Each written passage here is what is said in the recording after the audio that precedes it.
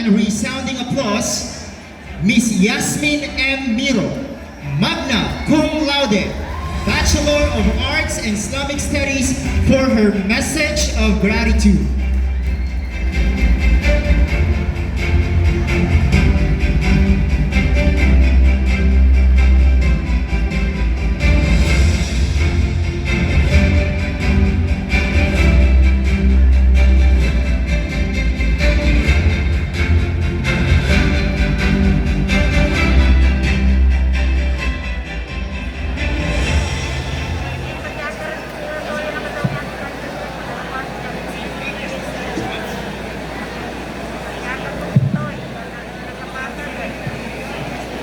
أعوذ بالله من الشيطان الرجيم بسم الله الرحمن الرحيم سبحانك لا علم لنا إلا ما علمتنا إنك أنت العليم الحكيم الحمد لله والصلاة والسلام على أشرف الأنبياء والمرسلين سيدنا وحبيبنا محمد صلى الله عليه وعلى آله وأصحابه أجمعين أما بعد. To our respected and beloved University President, Professor Dr. Sema G. Dilna, Sir. To our Vice President for Academic Affairs, Dr. Kundo M. Tam Jr., Sir. To our Vice President for Research, Extension, and Resource Generation, Dr. Teng A. Alim, Sir. To our Vice President for Administration and Finance, Dr. Abdul Samad S. Sheikh, Sir.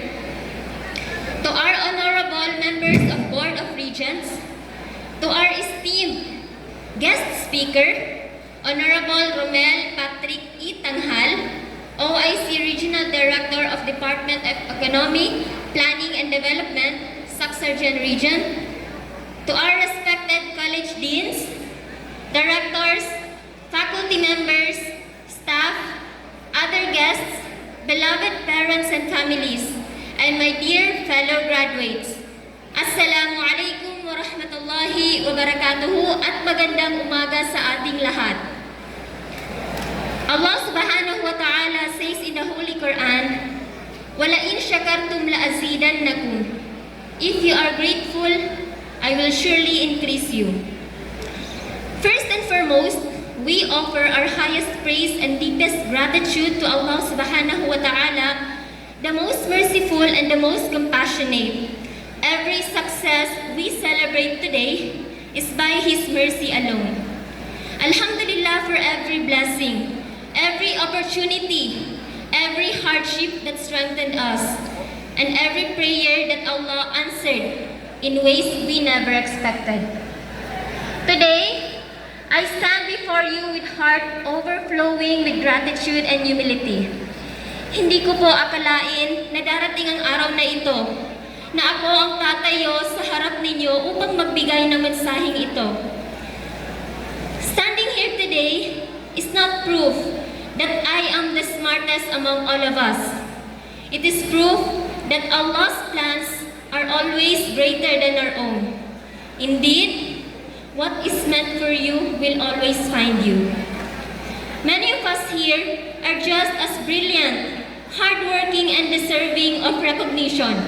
Some carried burdens heavier than mine. Some fought battles I never knew existed. Yet Allah, in His wisdom, chose me to stand here today, not to tell you that I am better than anyone else, but to remind all of us that success is never achieved alone and that every journey unfolds according to Allah's perfect decree. Like many of us, I also experienced seasons of uncertainty, exhaustion, and self-doubt. There were moments when I questioned whether I could continue and whether my dreams would ever become a reality. But today, as we gather here, one truth stands clear. Allah never fails His promises. This day is not merely the end of an academic journey. It is the celebration of countless sacrifices, silent battles, unwavering faith, and prayers that carried us through. To give you a glimpse of my journey, I lost my father at a very young age. Bata pa lang ako, sinubok na agad ako ng buhay. I did not just lose him. I witnessed him die right before my eyes. It was the most painful thing I have ever experienced. Not because he was a bad person, but because he was a man who feared Allah and stood firm on what was right. Indeed, my father was such a good person. Allahu yarhamu. Masakit. Sobrang sakit. There were countless times na tinatanong ko ang sarili ko, ano kayang pakiramdang may tatay? But qadar Allah, this was written in our qadar. And because of that, my mother became my greatest inspiration. Imagine raising 6 children alone with no husband beside her and no extended support system to rely on. She carried all those responsibilities by herself. And I can proudly say that she is the woman I aspire to become. My academic journey was never easy either. I once stopped attending college. And qadar Allah, Allah guided me to a completely different path. A path I never expected. I entered a tahfidh madrasa and immersed myself in the world of Quran memorization. The transition was overwhelming, but it changed my life in ways I cannot fully explain. It healed wounds that I had carried for years. It strengthened my relationship with Allah and taught me lessons that no classroom could ever teach. After a year and a half of dedication and countless struggles, by the mercy and guidance of Allah, I completed the memorization of the Quran. Alhamdulillah.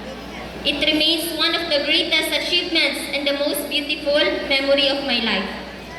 After I finished there, I still carried a dream in my heart to earn a bachelor's degree.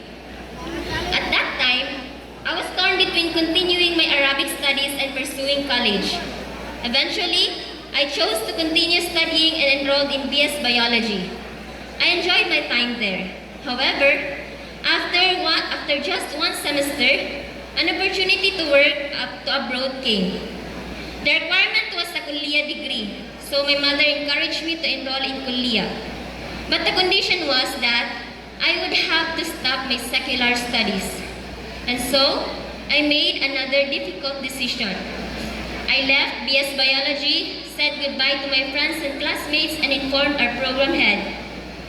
But then, on the last day of enrollment, something suddenly came to my mind.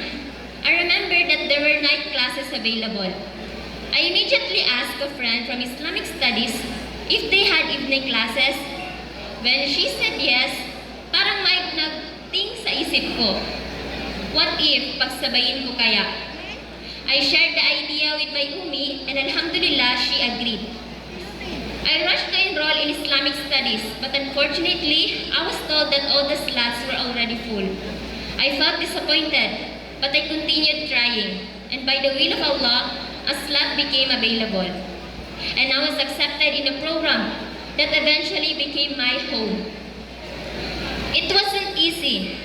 Imagine juggling secular education and Arabic studies at the same time. But because I was determined to finish both, I persevered. I even enrolled in Lugha Arabia, or what we commonly call Shubba. And Alhamdulillah, I graduated there with honors. At the same time, I was also working as a Quran teacher in a tahfidh madrasa during weekends. Looking back, parang ayoko talagang may nasasayang na oras. Aral, trabaho, that became my daily routine. It was exhausting, but Alhamdulillah, Allah sustained me through it all. Then, in the middle of all the busyness, Allah opened another beautiful chapter in my life, marriage. And honestly, it was one of the greatest blessings Allah gave me. Soon after, another blessing arrived, pregnancy. Once again, I was faced with a difficult choice. I had to balance my secular studies and my Arabic studies. Unfortunately, my Arabic classes were scheduled in the mornings. And as many mothers know, morning sickness does not care about your schedule. So, with a heavy heart, I had to let go of my Kulliyah studies. Before I could even process everything, I gave birth just 2 days after our proposal defense during my 3rd year in college. To make things even more challenging, I was diagnosed with dengue and had to undergo a cesarean section. Life was hard. There were moments when I questioned whether I could still continue. But through the mercy of Allah and the support system He blessed me with, I kept going. 2 months after giving birth, I returned to school as a student teacher. One of the hardest things I had to do was leave my little one behind me while fulfilling my responsibilities. As a mother, that was never easy. I balanced motherhood, studies, deadlines, teaching responsibilities, and everything in between. And today, by the will of Allah, I am standing before you as a graduating student. Indeed, Wallahu khairul makirin. Allah is the best of planners. Looking back, I realized that every delay, every detour, every heartbreak, and every unexpected turn in my life was never meant to destroy me. They were all part of Allah's perfect plan. If there is one lesson in my journey that has taught me, it is this: losing a loved one is not the end. A changed career path is not the end. A temporary stop in your studies is not the end. Marriage is not the end. Motherhood is not the end. Failure is not the end. And challenges are not the end. Sometimes we think that when our plans fall apart, our future is falling apart too. But often, Allah is simply rewriting our story in a way that is better than what we imagined. There were moments in my life when I could not understand why certain doors closed. But looking back today, I realized that every closed door led me to a better one. Indeed, Allah never fails His promises. When we place our trust in Him, remain patient and continue making sincere dua, we discover that what Allah chooses for us is always better than what we choose for ourselves. On behalf of my fellow graduates, I would like to express our heartfelt gratitude to Cotabato State University. Thank you for becoming our second home. Thank you for providing us with opportunities to grow, learn, and dream. Beyond academic knowledge, you taught us responsibility, discipline, leadership, and service. We are truly grateful for the free higher education program. For many students, this program was not merely assistance, it was hope. It transformed lives, empowered families, and opened doors that once seemed impossible to reach.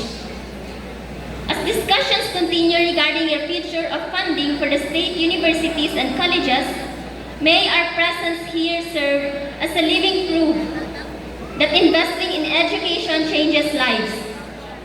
To our University President, Professor Dr. Sema G. Dilna, thank you for your leadership and vision.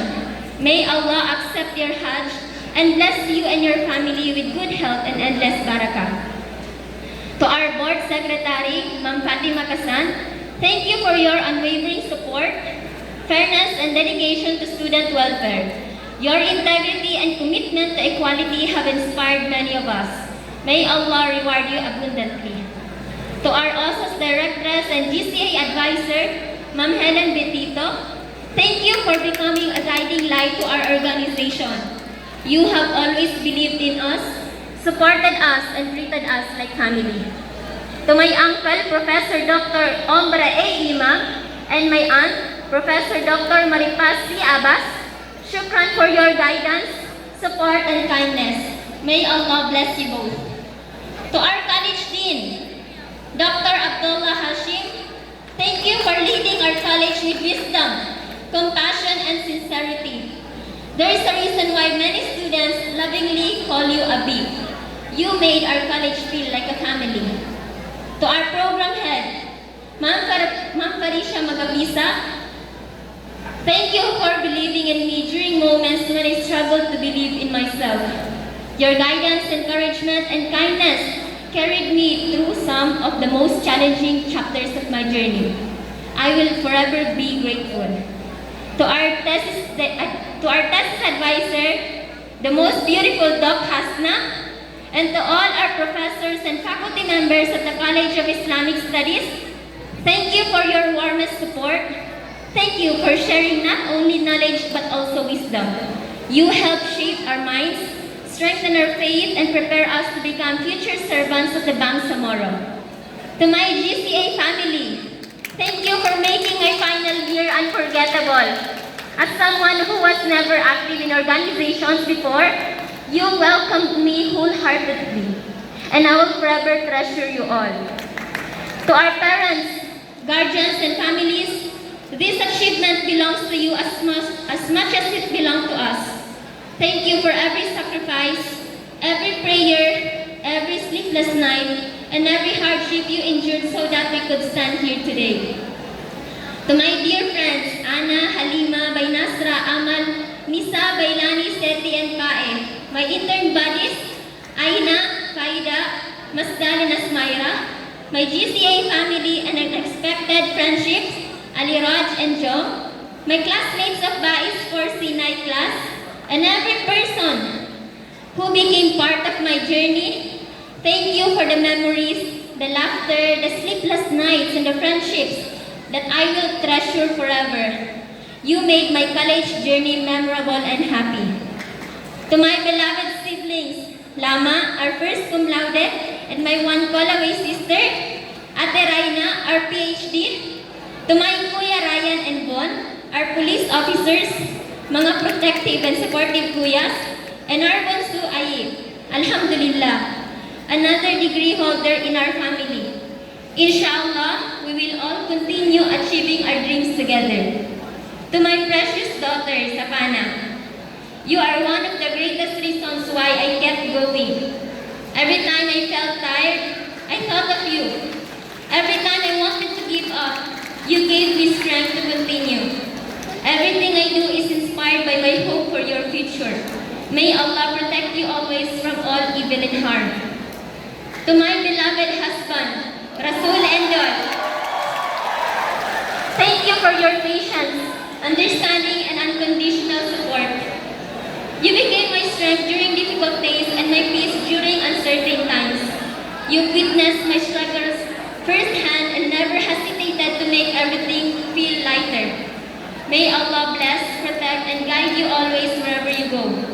This achievement is yours too. And finally, to my beloved mother, Ustada Jamila Hanafi Miro, Umi, this may be the most difficult part of my speech. Maraming pagkakataon na pakiramdam ko ay kulang kami. Maraming pagkakataon na hindi naging madali ang buhay. Pero Umi, hindi ka sumuko. You became both a mother and a father to us. Habang kami ay nangangarap, ikaw ay nagsakripisyo. Habang kami ay nag-aaral, ikaw ang napapagod. Habang kami ay natutulog ng payapa, ikaw ang nag-aalala kung paano tayo magpapatuloy. Lahat ng hirap mo, nakita ko. Hindi ko man masuklian ang lahat ng iyon. Sana ang araw na ito ay magsilbing patunay na hindi nasayang ang lahat ng iyong pagod at sakripisyo. Umi, this diploma carries your tears, your prayers, and your unconditional love. Kung may isang taong tunay na karapat-dapat sa karangalang ito, ikaw yun. I love you, Umi. I will forever thank Allah for blessing me with a mother like you. And I always pray that Allah will reward you endlessly and give you the best in everything. And before I end, there are few groups of people I want to speak from the bottom of my heart. To our Latin honors, Sana, I hope you never let disappointment define your worth. A Latin honor is a beautiful achievement, but it is only one part of your story. It does not define your intelligence, your character, your abilities, or your future. Hindi nito nasusukat ang lahat ng sakripisyo, luha, pagod at laban na pinagdaanan mo para makarating sa araw na ito. Behind every transcript is a story that no medal or certificate can ever fully represent. Remember that your worth is not measured by the title attached to your name, but by the person you became through the process. Your future will not awards, but by your resilience, determination, and the courage you showed when things became difficult. And that is something no one can ever take away from you. To our magigiting na working students, I offer my deepest respect and admiration. Mabuhay kayong lahat. We all know that balancing work and studies is never easy. While others went home to rest after class, many of you headed straight to work. While others slept at night, some of you were still finishing shifts, completing requirements, or studying for exams. There were days when your body wanted to stop, but your dreams kept pushing you forward. There were moments when you felt left behind, watching others move ahead while you struggled just to keep up. But let me remind you of something. Your journey was never meant to be easy. It was meant to make you stronger. Every long shift, every sleepless night, every sacrifice, every quiet moment when you whispered, "Kaya pa," despite being exhausted, those moments are shaping a future built not by luck, but by perseverance. And one day, all of these sacrifices will make sense, inshallah. Mabuhay ang lahat ng working students. You are living proof that determination can overcome even the toughest circumstances. And there's something I would like to highlight here. Why Islamic studies? Choosing Islamic studies is more than choosing a course. It is choosing a purpose. To all CIS faculty members and students, I stand before you today with immense pride to represent our college. As a proud student of this institution, I carry not only the name of the College of Islamic Students, not only the name of the College of Islamic Studies, but also the values, principles, and responsibilities that come with it. Many people see our program as a second choice, the last option, or a place for those who could not enter other fields. But today, I stand before you to challenge that misconception. The College of Islamic Studies is not a fallback option. It is a calling. It is a commitment to seek beneficial knowledge, strengthen our faith, and serve humanity with sincerity and purpose. In a world that often values popularity, status, and trends, we chose a path that offers something deeper, the knowledge that benefits both this life and the hereafter. Not everyone will understand why we chose this field, and that's okay. Some paths are not meant to be followed by everyone. Because true success is not measured by titles, recognition, or worldly achievements alone. True success is measured by the purpose we live for and the legacy we leave behind. And that is why we chose Islamic studies. And finally, to my fellow graduates, look around you. Each of us carry a different story. Some arrive here with complete families. Some arrive carrying burdens known only to Allah. Some nearly give up. Some cried in silence. Some work while studying. Some raise children while pursuing their dreams. And yet, by the mercy of Allah, we all made it. Today, we leave Cotabato State University carrying more than diplomas. We carry lessons, we carry sacrifices, we carry resilience, and we carry faith. As we step into the next chapter of our lives, may we never forget where we came from, who helped us along the way, and how Allah guided us through every stage of our journey. May we use our knowledge not only for personal success, but also for service, compassion, justice, and the betterment of our communities and the Bangsamoro people. And when life becomes difficult again, as it surely will, remember this day. Remember every obstacle you overcame. Remember every prayer Allah answered. Remember every hardship He turned into ease. And remember that the same Allah who guided you yesterday will guide you tomorrow. with hardship comes ease. To the graduating class of 2026, congratulations! May Allah bless our future, accept our efforts, and allow us to become people of knowledge, character, and service. Alhamdulillahi Rabbil Alameen. Wabillahi tawfiq wal hidayah. Shukran. Wassalamu alaikum wa rahmatullahi wa barakatuh.